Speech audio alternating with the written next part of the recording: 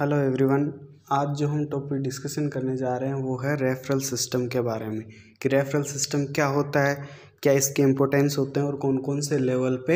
Refer किया जाता है। तो एक सिस्टम प्लान तैयार किया गया जिसके थ्रू हेल्थ को क्या कर सके, वहाँ पे प्रमोट कर सके और बेस्ट से बेस्ट हेल्थ सर्विसेज प्रोवाइड करवा सके अकॉर्डिंग टू पेशेंट नीड। तो रेफरल सिस्टम के अंदर क्या होता है कि जो कंडीशंस होती है पेशेंट की, जो हेल्थ का जो हेल्थ के जो जैसे डिजीज़ कंडीशंस हो गई या जो हेल्थ का स्टेटस रहेगा, उसी के बेसिस पे क्या किया जाता है, पेशेंट को यदि नीड रहेगी तो उसको वहाँ पे ट्रांसफ़र या रेफ़र किया जाता है। तो रेफरल सिस्टम होता है कि जो पेशेंट को एक हेल्थ सेंटर की बात कर सकते हैं, उससे बेस्ट अपॉर्चुनिटी के लिए, बेस्ट केयर के लिए उसको क्या किया जाता है, वहाँ पे रेफ़र किया जाता है, जिससे क्या कर सके उसके पास जो बेटर रिसोर्सेज वहाँ पे अवेलेबल हो, जिससे पेशेंट कंफर्ट फील कर सके और पेशेंट का वहाँ पे ट्रीट किया जाए। तो ये रेफरल सिस्टम था। आपको स्क्रीन पे दिखाई दे रहे हैं जो नोट्स, उसके अंदर देख सकते हो कि रेफरल सिस्टम क्या होता है, उसके बारे में मैंने एक्सप्लेन किया है। नेक्स्ट में बात कर सकते हैं इसके इम्पोर्टेंस, क्या क्या इंपॉर्टेंस रहेंगे एक रेफरल सिस्टम के। तो वन बाय वन डिस्कशन करते हैं कि जो रेफरल सिस्टम के क्या क्या इंपॉर्टेंस होंगे। फर्स्ट में बात करते हैं, इसके अंदर फर्स्ट वन आता है कि स्पेशलिस्ट सर्विसेज प्रोवाइड करवा सकते हैं। ये भी एक रेफरल सिस्टम का जो इम्पोर्टेंस रहेगा कि पेशेंट की जो नीड होती है कि उसको ये ट्रीटमेंट चाहिए, तो वो ट्रीटमेंट भी वहाँ पे प्रोवाइड करवा सकते हैं कि जैसे जो स्पेशलिस्ट ट्रीटमेंट वहाँ पे प्रोवाइड किया जा सके। नेक्स्ट में होता है कि डायग्नोस्टिक सर्विसेज प्रोवाइड करवा सकते हैं पेशेंट को। एक पर्टिकुलर कम्युनिटी की बात कर सकते हैं या कोई एक इंडिविजुअल जो पेशेंट रहेगा उसको वहाँ पे क्या कर सकते हैं, डायग्नोस्टिक सर्विसेज भी प्रोवाइड करवा सकते हैं। जैसे कि कोई भी रेफ़र कर दिया उसको दूसरी जगह, वहाँ पे उसकी डायग्नोस्टिक स्टडीज़ हो सकती है, वहाँ पे प्रॉपर उसका डायग्नोसिस किया जा सके। चलिए नेक्स्ट वन बात करते हैं, इसके अंदर जो ट्रांसपोर्टिंग की बात कर सकते हैं या जो पेशेंट को सेंड करना, भेजना दूसरी जगह, किसके थ्रू, रेफरल जो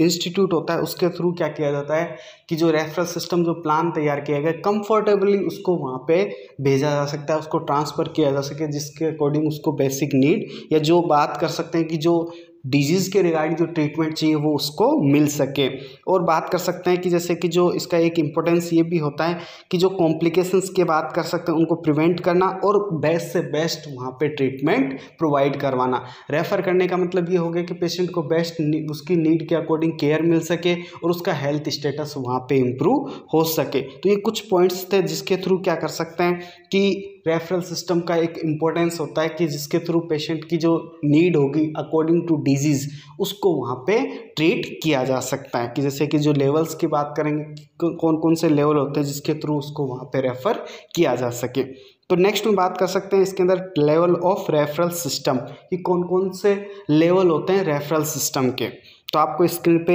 एक जो फ्लो चार्ट दिखाई दे रहा होगा जिसके अंदर दिया गया है कि कौन कौन से लेवल पे इसको क्या कर सकते हैं, रेफ़र कर सकते हैं। जैसे कि बात करें इसके अंदर विलेज लेवल हो गया, विलेज लेवल से सब सेंटर लेवल पे, सब सेंटर लेवल से PHC primary health centre level पे उसको रेफ़र कर सकते हैं। उसके अलावा सीएचसी सेंटर लेवल पे, जैसे सब डिस्ट्रिक्ट हॉस्पिटल भी बोल सकते हैं कि सीएचसी लेवल पे उसको वहाँ पे रेफ़र किया जा सकता है। यदि वहाँ पे वो ट्रीट नहीं हो पा रहा है तो उसको डिस्ट्रिक्ट हॉस्पिटल्स के अंदर रेफ़र किया जाएगा। और लास्ट में बात कर सकते हैं स्पेशलिटी हॉस्पिटल या टीचिंग हॉस्पिटल्स के अंदर उसको रेफ़र कर सकते हैं। तो ये कुछ लेवल होते हैं जहाँ पेशेंट को रेफ़र किया जाएगा, उसकी जैसे डिजीज़ कंडीशंस के अकॉर्डिंग उसकी जो नीड रहेगी जिसके थ्रू क्या हो उसको बेस्ट ट्रीटमेंट या बेस्ट फैसिलिटीज़ अवेलेबल हो सके कि पेशेंट के वहाँ पे जो डिजीज़ जो कंडीशंस है उसको ट्रीट किया जा सके और हेल्थ स्टेटस को इम्प्रूव कर सकते हैं। तो जैसे कि वन बाय वन जो लेवल होते हैं उसके अकॉर्डिंग, जैसे विलेज लेवल हो गया, सब सेंटर हो गया, PHC, CHC, district hospital, multi speciality hospital और मल्टी स्पेशलिटी हॉस्पिटल्स, जिसके थ्रू क्या कर सकते हैं पेशेंट को वहाँ पे क्योर किया जाए, उसको जो डिजीज़ के रिगार्डिंग उसको ट्रीट कर सकते हैं।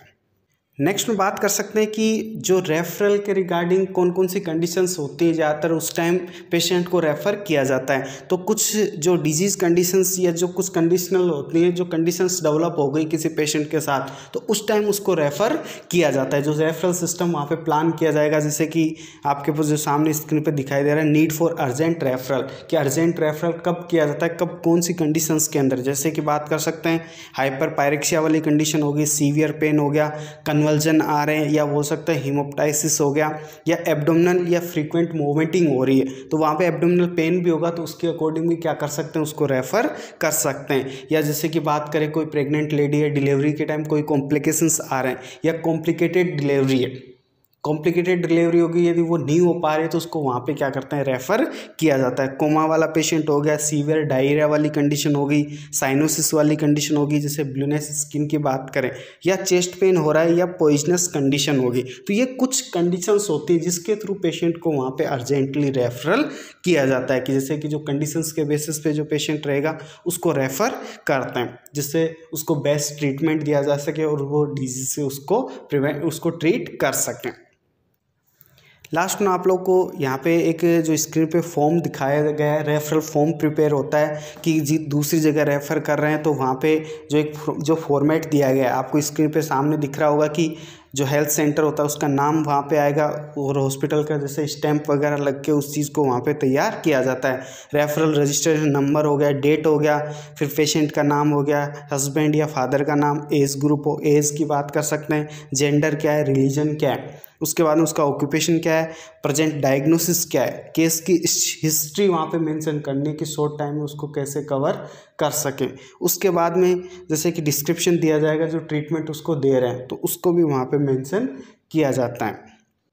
नेक्स्ट जो ट्रीटमेंट दिया गया है उसका डिस्क्रिप्शन वहाँ पे मेंशन करना है, और कब सेंड करें, उसकी डेट हो गई, और उसका कोजेज़ क्या है, कि रीज़न क्या है जिसके थ्रू उसको सेंड किया जाएगा। उसके साथ साथ उसके सिग्नेचर होंगे, नीचे एनक्लोज पेपर, क्या क्या पेपर वहाँ पे सेंड करना है, और जो सेंडर जो भेज रहा है उसका नाम, और नीचे उसका डेजिग्नेशन, उसके सिग्नेचर होंगे, कि ये पूरा एक फॉर्मेट तैयार किया जाता है जिसके थ्रू वहाँ पे पेशेंट को रेफ़र किया जाए और पेशेंट को बेस्ट से बेस्ट वहाँ पे फैसिलिटीज़ अवेलेबल करवा दी जाए। थैंक्स।